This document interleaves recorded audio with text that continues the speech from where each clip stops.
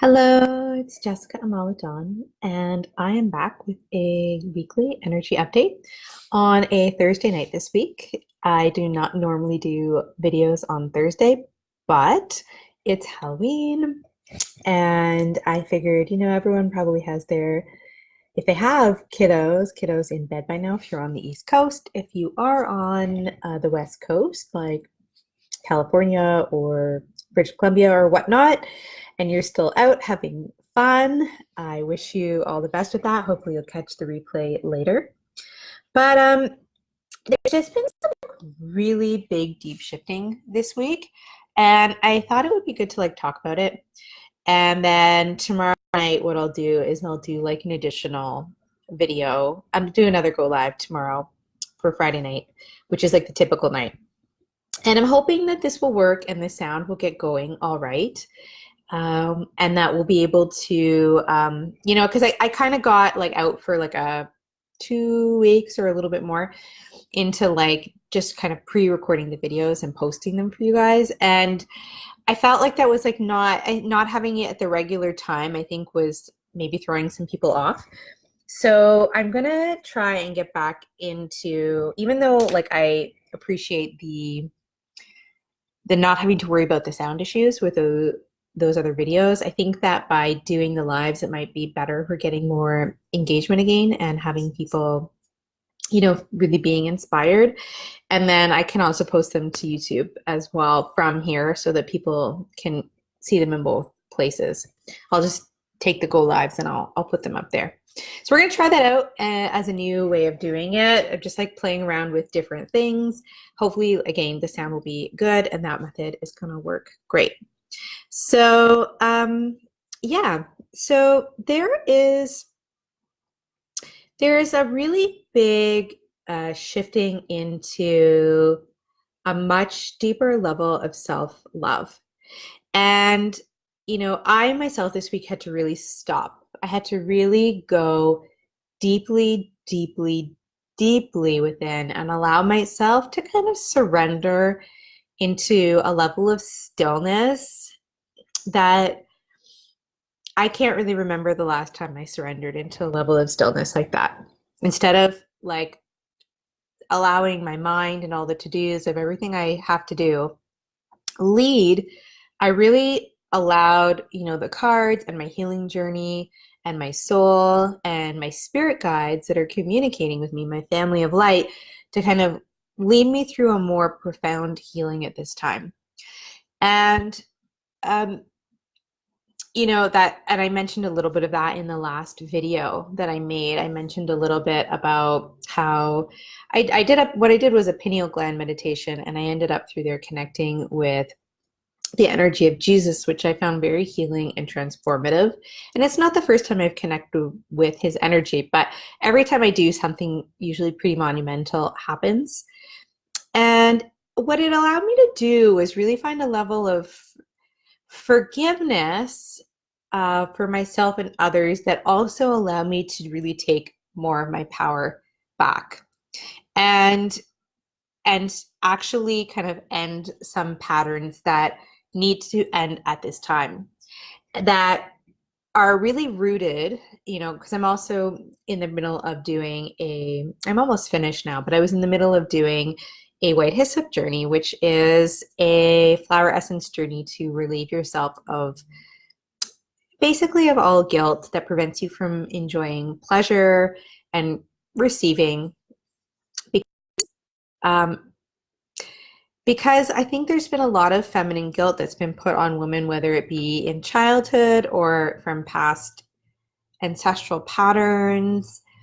There could be a lot of reasons why women have guilt, because of messages from society, because of high expectations, depending on what kind of household you grew up in. I know I grew up with a house that promoted a lot of guilt.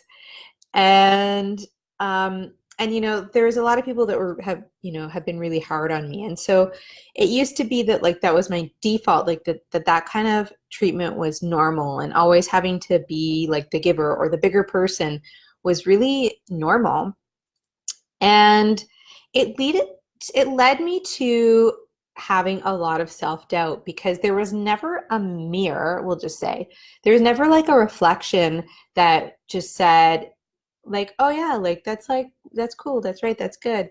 Well, I don't want to say never. Like there was times when my mom was like, oh yeah, like there's like things I'm learning from you. It's insightful, but and that was good. And that was awesome. The times that she was like getting something from me that was valuable from that like deeper perspective on life that I often have. But there was also a lot of doubt. And I think a lot of women doubt themselves and they doubt their intuition and they doubt their worth, they doubt their power. And it's all really wrapped up in these sort of more cultural, broader ideas and perspectives about like what a woman is and what she really deserves and you know what she's able to receive. It's And it goes back for really hundreds and thousands of years of, you know, women really being seen as less than, as not equal to, as not a divine figure, really, not really showing up as a divine figure in any of the major world religions that have dominated, you know, society for quite a long time. And that's very different from the more ancient cultures where, you know, in the like the Greek culture and the Lemurian culture where there was, and a lot of native cultures where there was a lot more appreciation for the feminine, which I think that because of that reverence, there would have, I imagine that there would have been a lot less feminine shame and guilt in those cultures. And I know, you know, for myself, like this whole journey personally of actually fully recognizing all of that guilt and that shame that's very, you know, for me was very subconscious, and bringing that to the surface and shining the light on it to heal it in order to, you know, transform my life has really been the crux, I think, of the journey, because I think it's at the core of the twin flame journey and what it really is helping women to heal ultimately in a very painful, difficult way, unfortunately at times. But it also is very relevant to like difficult marriages, like difficult co-parenting situations, different difficult situations with all relationships. It's all connected, and um, and really like it doesn't. I guess what I'm really getting at is like this cycle that I think a lot of women have been in around divine counterparts, we'll just say, whether that be a soulmate or a twin flame, and this sort of endless cycle of self-improvement and, you know, coming into unconditional love has sort of like run its course into real a kind of like a this realization that like there really is nothing left to really come up from that. There's no really major significant um, deeper self-reflection to kind of that's really getting dug up at this point. And the goddess is now rising in the feminine, and but what's happening then is because that deeper work is completing and the goddess is kind of rising out of those shadows and out of that guilt and shame, that the way that these connections are being perceived is also shifting as a result, because that sort of we'll just say that sort of like endless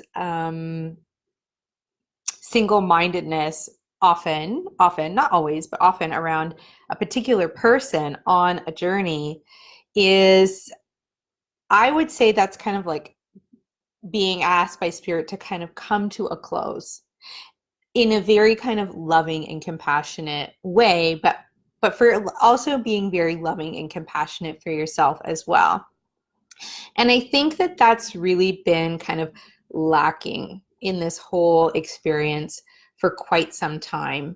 It is that sort of very compassionate perspective for the feminine, the divine feminine, as a kind of as a human embodying that, who's really very worthy of love, and who has not really been receiving it because of the intensity and the rigor of this deep work of upheavaling feminine shame and guilt from our culture and society as part of our mission, right? It's my voice just cracked, but it is, and we're doing it for our daughters, we're doing it for future generations, we're doing it to help heal the planet, because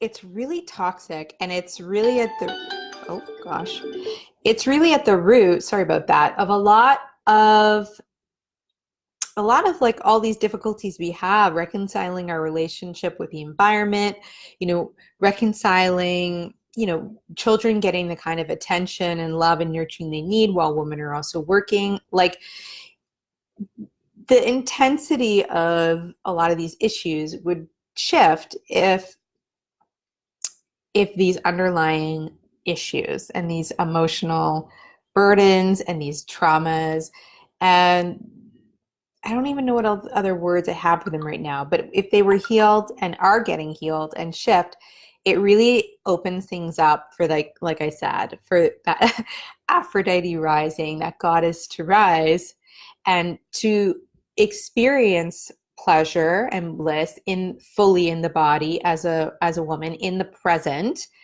the way often like a man feels free to do that, and allowing, really recognizing that you don't have to sort of be the martyr. The feminine martyr has been such a toxic archetype for such a long time, and it's time to move beyond it. And it's been, I think that in a way, it's almost like the feminine martyr archetype kind of has like been beating itself out through the twin flame or a soul flame connection of like sort of maybe sort of through a misinterpretation or a misunderstanding of what unconditional love is. And I don't want to in any way diminish the beauty of the feeling power of love, like that is very from another plane, that's from a higher dimensional love that we share with people with whom we are in a soul connection with, because it is very sacred. But our experience in the physical and being well treated and well cared for in the physical is also sacred. And I think a whole point really of like connecting with such a great love was to actually really realize how missing for many women that more sacred experience is. Now, if you were just in a family dynamic or in relationships where you were able to come into that greater level of empowerment as a woman without all of that pain, then maybe you would never meet a twin flame or a soulmate. Oh gosh, I might be triggering some people who watch this on the replay by hearing me say that. But it just, like, from an evolutionary perspective, it just might not be necessary to have to go through that. But if you are from a family or a background and your programming is all about people pleasing, berating yourself, really doubting yourself, allowing other people's opinions or thoughts or needs to be more important than you. And like, if you came into all of that as a starseed or as an old soul or as a light worker, you came to kind of like, you came into all this shadiness around this like super distorted, we'll just say feminine DNA, feminine lineage, to heal all of that stuff out of the DNA and put a stop to it, to put an end to it. Not to just make a relationship work with another person who is mistreating you. It's like, you have to be a very strong soul to take this journey. It's not for the faint of heart. It's not. And it's not about just like, I hear, I see some comments that women make like, when this person comes back, I am just gonna, and this is the traditional twin flame template. Like, I'm just gonna like, you know, like love them unconditionally, and like they never did any wrong. And that's that part, I guess on some level that's true and beautiful. But also, if that person does come back into your life and into your reality and you forgive, then what is the future? What's your expectation about how you're going to be treated? Because like that's like, what are your standards? What was this whole journey really all about? Like, how have you shifted? How have you changed? What are your intentions? What do you really want? And this is very important. It's very, very important. And I hope that people watch this video. I hope that they kind of understand what I'm saying and realize that like it's just no tough stuff. Like, you and this other soul are very evolved souls that have probably had many incarnations.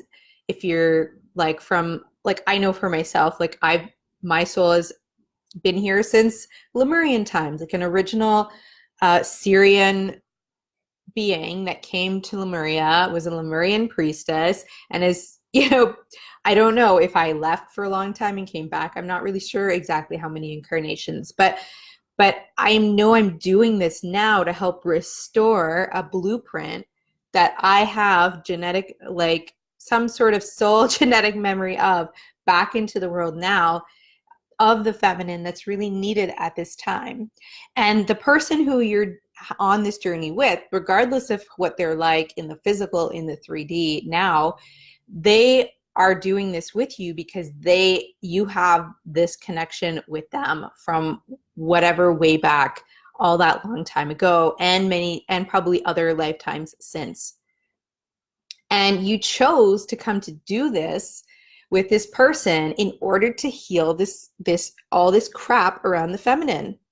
And like, so they're like, it's just, if you had just gotten together with this person and you sort of just kind of played out the social cultural norms, like nothing would have really been gained in a way. But it's like, whether or not that actually is automatically going to mean that that's like going to be a physical relationship really depends on what it's going to be about. Is it going to be a different kind of thing? Is it going to be based in consciousness and bringing this higher consciousness to the world in some way, shape, or form, however that comes? It's meant to be this heart expression. It's meant to be totally different. And it's gonna happen with in some way or another, whether or not they're meant to kind of come and do that with you in the physical or not, because it's just it's a process of evolution. And so I guess what I'm saying is like, yes, like it is beautiful because we chose it. We understood we were going to do this with this person. We did it because we have a sacred love with them from higher dimensions that is and always will be. And however it's going to play out will play out and it's going to work out the best possible for everybody and for the earth, right? For the planet, which you came here to serve, by making that the most important thing. And it's all good. Like, I just hear them saying like, it's all good. Like, and I thought all of the feeds started coming through. Hey, Glenda. Hey, Stephanie. Hey, Lisa. If you guys have not, if anyone's watching this that's not really gone through, hey, Diane, who hasn't really gone through this like more intense, we'll just say like divine partnership kind of like connection, it might not really, this video might not as fully resonate, but I'm sure you can still take something from it. But like, there's just, I guess what I'm saying is like, so much has gone into these connections at the higher levels for them to go a certain way, to literally do this work, to literally systematically like kill off parts of of your DNA that we're trying to like write out of existence on Earth. And like literally your soul chose like a really, in some ways, a very dysfunctional, shitty set of genes to fix. Like, and like you just have to like kind of like laugh a little bit about it because it's brutal to go through. It's really hard to go through. But if you weren't at a soul level masterful enough to like do that, you wouldn't have like been up for the task. You wouldn't have been picked for the task. And so it's like, I don't talk too much about this perspective sometimes because maybe it just wasn't time for it. But we're kind of shifting into like a new phase of our journey and a more empowered time and a less doubtful time. You know, no more, there's no more doubting. All of that doubt was the doubt that was like encoded into, it was the dysfunctional encodements in our shitty shame imprinted cabal, like, you know, evil cabal imprinted distortions on our DNA, which have disempowered the feminine intentionally to suppress us from connecting to the higher realms, to our intuition, to cosmic realities, and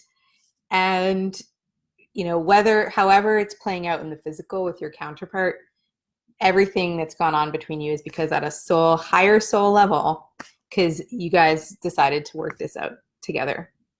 And so love that and appreciate that no matter how things work out in the physical.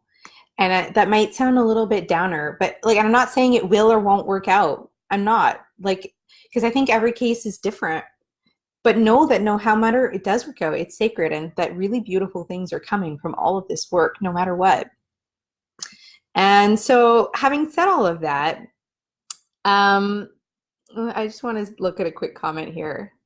So Stephanie said, so true. It's been a long journey, healing, and I feel that the goddess has come to arise through all that healing. Yay! Yeah, so true. Excellent. And yeah, so having said all of that, I've been rambling. I've been rambling for 22 minutes and 11 seconds. So got a couple of master numbers there. But it was a good ramble. So from there, what we're going to do is we're going to pull some cards and we're going to see what comes out. Oh, where are we starting? I feel like after that kind of like super Lightworker-y ramble, we're going to start actually with a Lightworker Oracle card because it feels kind of appropriate. And we'll go from there. So like I almost even kind of wonder, like, I think in some cases some people might still maintain a soul connection with a certain person, like who knows, indefinitely. Some of these connections, like, they're just too high to like maybe say it's just gotta like end or go away. But that in some cases that might not necessarily mean that you're gonna like be with that person right now. You might be with somebody else first before being with that person. And in some cases maybe like there's somebody else that is like you've actually been prepared to be with through all of this stuff that you agreed to work through with your divine counterpart. So I really do think every situation is going to be unique and has nothing to do with one being better over the other. It's just about like what's going to be best for you and why you're here and what you have to offer. So let's pull the card. Ooh, okay. So we got Ascension, the Rainbow Bridge. Yeah, this is so beautiful. So yeah, because earlier I pulled the again, I pulled this card recently. Oh no, it's gone. I pulled that Infinite Bliss card from the Triple Goddess Tarot, and they talk about the opening of like the Merkaba, the Star of David, and all of this. They talk about specifically this sort of crescent moon of rainbow energies coming through from the goddess Bliss Queen of Tibet, and how that like really once we kind of transcend all of these, in a way transcending the dualities away in a way, by kind of having these higher perspectives, we are able to become that sort of channel for the higher dimensions, be that rainbow bridge, and through that become like a fully, I guess we'll just say like a full embodiment of bliss. And that's not something that's necessarily has to be contained in any specific moment, because like I said, the divine feminine, the goddess truly birthed, is divinity within. That's what's so unique about it. It sits in our womb. The womb is the chalice that holds that divinity. And so when you truly have fully prepared yourself and are holding all that divinity within you, then yeah, you're going to feel pretty blissful, like a consistent state of bliss. And it's a step beyond this endless, this cycle from the regular tarot, that the regular tarot goes from the Fool card to the World and back, and it keeps going. And what I love about the Triple Goddess Tarot is that they add these extra cards of like basically the birthing of the goddess, right? Which is what this is, the ascension, right? And bringing in the rainbow light of the goddess through Venus, through on a higher octave, through Eris, the divine feminine awakener. Through all of that, we're really, really transcending. We're not just going on that same kind of karmic loop, that we'll just say that patriarchal karmic loop, because we're bringing in also the feminine energy, creating that balance so things can start descending into higher states, higher vibrations, right? Being high vibrational, being able to manifest more easily, and coming into more light and love. So, and I think it's really, really positive, and it's just reiterating in sort of saying in a different way what we're achieving, what's coming into being at this time, because the rainbow bridge is being, a conduit for the rainbow bridge is very much the role of the goddess. So I love it. I love it. I love it. And let's see. Somebody's dealing with their ex. Yeah, I know. I think there's lots of things with exes popping up right now. And what I want to, say about that, if you are having issues with an ex, just hold your power. Hold your power. Like, there's just,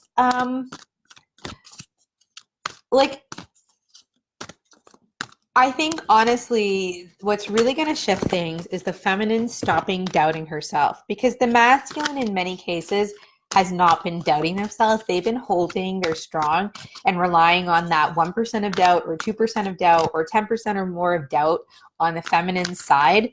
And that sort of maintains their, I hate to say it, but if you allow any shred of doubt, it maintains their ability to have a level of over you power and control over you. And when you remove every shred of doubt and you completely move forward in your own conviction and power, then they can't really do that, right? They can't really do it. It's like, because darkness, can't really snuff out light unless you let it. You can just shine brighter. So, again, it's like, we on some level, like in a very 3D level, it's like, it's frustrating and you can get upset, but then you also, and that's okay, but it's like, you also need to at the same time see from a higher level, like the role that's playing in what's going on in terms of the birthing of the goddess, and hold both perspectives. And somebody who talks a lot about maintaining the 3D perspective and the 5D perspective and making them both valid, and the importance of that, is a YouTuber called Magenta Pixie. So if you ever want to go and learn a little bit more about holding both perspectives, I highly recommend maybe going and checking out one or two of her videos where she talks about that, because it is, and she's with her twin flame. She's actually married to her twin flame. So she's pretty hardcore. You really have to pay attention to her material because she's quite intellectual. So, man, I'm rambling a lot, not a lot of cards, but let's get into some more cards about what do we need to know about the overall feminine energy. Since we're talking so much about the feminine, I guess this is kind of like a feminine reading for the week. What's the overall feminine energy for the upcoming week that she needs to know? Yeah, moving away from having a broken heart, moving past it, moving past that kind of endless cycle of heartbreak because of you know,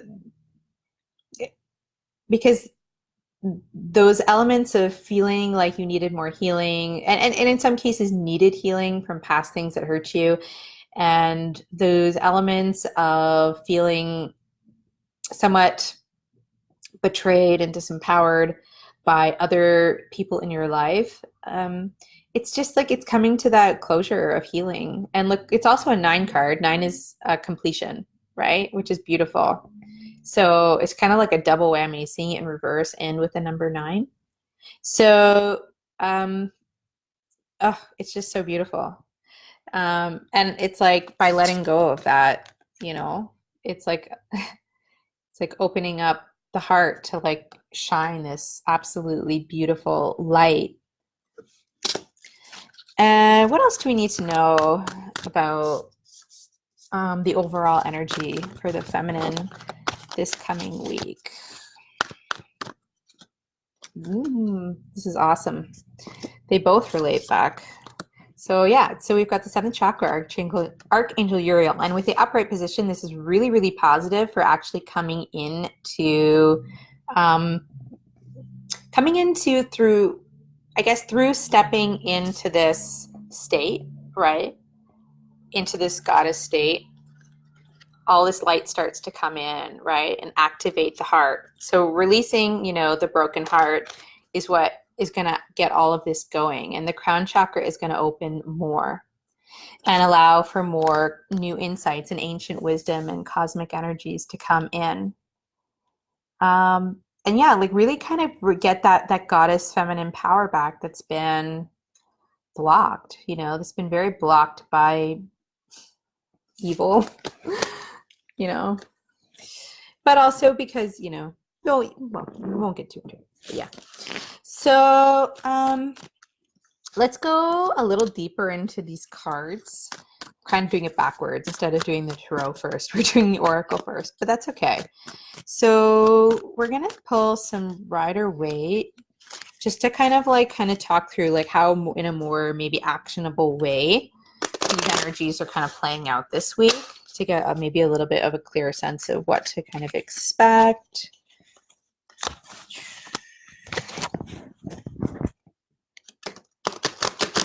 I hope you guys are having a good week. I hope you all had a really good Halloween.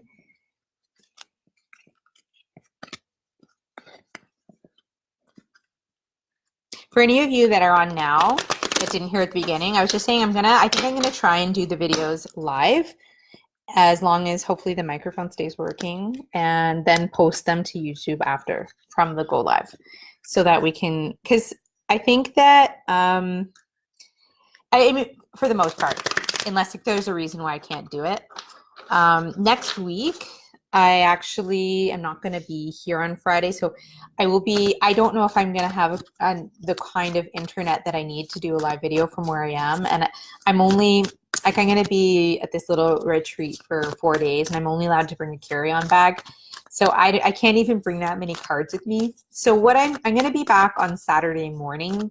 So I think what I'm going to do for this, I think just it's simpler to just do the next reading on Saturday.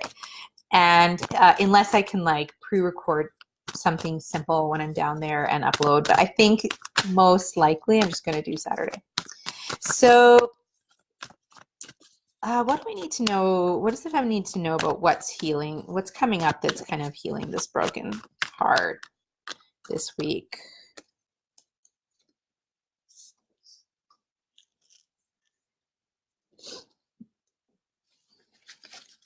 Yeah, so I think, yeah. So the first card we have is we've got the 7 of Wands in reverse, and it's paired with the King of Cups in reverse. So what I see for this is that like the feminine has been trying really hard, I think, in a lot of these connections, divine connections, to like maintain a sort of like really kind of fight for what she knows and what she's experienced on a divine level, even though it's like other people have not really been supporting her or on her side about it, and having to maintain the moral high ground. And there's something about that energy that's been very exhausting, and it's just the feminine's releasing it, right? Like, and like the King of Cups, you know, I think there's a lot of misinterpretation around this card. I think a lot of people think that the King of Cups upright is like a good thing.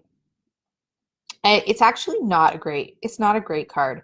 Like, this is somebody, I mean, look, he's on a concrete pad on a sea of stormy emotions. He's actually somebody who's very in control of his emotions and can be an extremely emotionally manipulative person. And I think what the feminine is realizing is that the aspects of the masculine in her life that have been like this, that have been basically overly emotionally controlled and not willing to kind of flow with these things. And she's kind of just letting it go. I think she's like seeing it for what it is and kind of letting it go, like letting go of trying to maintain the high ground with somebody who's being like this, and realizing that it's not serving her. It's not. And it's what it's actually doing. Again, we've got the Ten of Pentacles in reverse on her side. It's really holding her back from fully coming into receiving everything that she desires. And so I want to pull one more card. I'm being called to pull one more card to kind of clarify what's the advice around like healing the broken heart. Oh, we've got a whole bunch of cards that flew out. What's the advice for healing the broken heart? Yeah, making a choice. You just have to make a choice, right? Do you want to kind of go on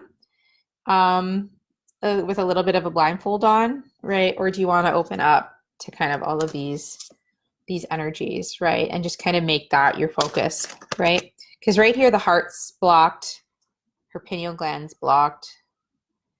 So, but I think in order to do this, you know, it's not just the easiest thing. You can't just say it and be done. Like if I mean, we got on the under the side, 3 of Wands. Like, I think there's just sort of grace that about like, I've kind of done my work. I've done it. I put out my, you know, I've done my spiritual work. I've sent out my ships, and I'm just kind of waiting for whatever I truly and rightfully deserve and have earned and worked hard for to come home for me. And like, I'm just not gonna sit around being all bent out of shape about like holding back my options and blindfolding myself. I'm gonna look out and be expectant that I'm gonna receive what I deserve. And allow whatever. I guess I'm going to pull, you know, just to give I really want to give a little bit more advice about assisting with the healing for that, for anyone that really needs to do more healing around that this week. What's the advice for healing around releasing a broken heart? Wheel of Fortune. Yeah, just like opening to change, allowing for change. Look at this. Underside of the deck, the World upright, right? It's like really realizing, honestly, really realizing like you've done the work. You've done it. And know that like this is coming up because change is possible for you now. Like a positive change is possible based on all the work you've done that is going to lead to some sort of completion of a cycle that's, I think, fulfilling. And I do think, so, you know, some things came about. I think there is going to be some travel involved in this. The world doesn't always mean travel, but it does in some cases. But I think there's going to be some sort of new freedom and liberation and travel, and it's opening up to a much lighter open time in life. So I think that's something really exciting to look forward to. So next card I want to kind of get into, the other card I want to dive deep into is this chakra card, and it's all about getting clear on what you really need to know about the opening of your crown chakra, your 7th chakra, to help you to kind of have more progress on that this week. All right, so the first card, it's a Tower in reverse. So yeah, so this is all about, you know, letting the walls, the walls have already come down right here, but there might be some, or there's 2 different ways to interpret this. It could be that the walls have already come down and that you just have to allow like things to kind of get cleared away for things to open up. Or this could be that there could be some like resistance around allowing for things to shift and for attachments to be released that are, you know, preventing this sort of opening, right? Like you've got this like this lightning bolt, right, hitting where there was a crown before. And there's so many different ways of looking at this because, and then she's got this beautiful crown on, right? So I think that's very symbolic, right?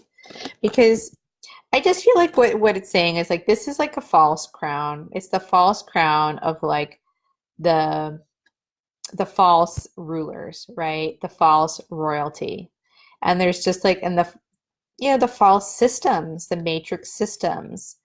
And that really has to kind of like get released in order to open up to this. So, you know, where can you let go more in your life? Like deep letting go. Where can you really drop into yourself? You can ask yourself the question. And, you know, on the underside of the deck is the 3 cups in reverse. So, you know, like it is, I guess it's a little bit, it's requiring a real presence, right? A real soberness, right? And so if you've got any sort of like subconscious addictive thought patterns, or if you have any addictions or addictive tendencies that have been a little bit more like comforting as opposed to like healing, kind of covering up, dealing with some of those deepest emotional issues and wounds, I think that's really going to be something that needs to kind of get like looked at and resolved to really assist this your crown chakra open. So because there's like a deep amount of purity and work and healing that has to happen of all the lower chakras for the crown to open. You can't really get your crown chakra to open if you haven't done your other work. So what else? Just see here. Dan says, OMG, this reading is for me. That's why you're here. Yay. Yeah. So, and I hope that this reading gets to lots of people. And certainly if there's somebody that's not in the group that you think would like to hear this, please invite them to the group. And so that they can watch it. And I also, like I said, will be posting it on YouTube. So what I'll do is maybe I'll just like post the link to that in the comments. So if you want to send that link to somebody, you can do that as well. So yeah, just one more card, I think. One more, I think, for this crown chakra, just to get a little bit more clarity. Like, what's the healing specifically? Like, what's the healing that's required and needed to fully open the crown chakra? Maybe not fully open, but just to open the crown chakra this week, to really activate the rainbow bridge of ascension and really activate the goddess. Yeah, letting go of the burdens, letting go of all the weight, letting go of all the heaviness. You know, I think in the readings last week, in the mind space for the feminine, I feel like these cards came up, or this one, or I think it was the 9 of Wands, but it's very similar to the 10 of Wands. But this is like kind of like really coming to a completion and a release of carrying all those burdens, you know. And a lot of these burdens, like I said, like carrying the burden of doing all the work in a connection with a divine counterpart, because you kind of had this contract to kind of do that, to grow in certain ways, and now that's kind of the weight of that's being released. Same like you've had some contracts with other people in your life that have been heavy burdens, where people haven't necessarily been pulling your weight, that's helped you to grow to this point, and it's all being released. And that's an essential step now to totally shift so that the crown can open. And you can see she's very light. Her wings are open and she's totally liberated. It's a totally different energy. So it's very powerful. It's very exciting. And yeah, And like the underside of the deck is Ace of Swords. It's a new thought, totally new thinking. To end look with that beautiful, I mean, this is the crown of like of the divine thought, of new thought. And it's a totally new beginning. And it could lead to new projects and new relationships, and even a new beginning, potentially even with somebody from the past, from a new place and a new perspective. It could be all of those things. So I think that, you know, we're at 45 minutes. I think that's probably good length. I know I used to kind of go a little long on these, but I kind of feel like capping it at 45 minutes or so is good. If anyone is here and wants me to pull a card for them quickly, I can do that. And, oh, hey, Michelle. Sorry, I'm just finishing up. But otherwise, I'm going to head. So, all right, I think we're good. I am sending you lots of love. This was very much ended up being a reading for the feminine energy for this week. Tomorrow night, I'm not sure if it'll be for the divine masculine energy or if it will be for some sort of a divine love reading. Probably the divine masculine energy. Maybe both. But I'm glad this got out today, and I'm feeling just so grateful and so joyful to be shifting into this new phase with a new energy. I feel totally different. I even look back at myself from like videos from like a month ago, and I see the shift, and it's totally awesome. And to finally kind of have broken free from the weight. I've really already kind of done this. I really did this past week, and it's just going to get better. So I'm excited for everybody here, everybody that watches this. Please post in the comments. Please like, and I hope you have a great week. If I don't see you tomorrow, lots of love. Bye-bye.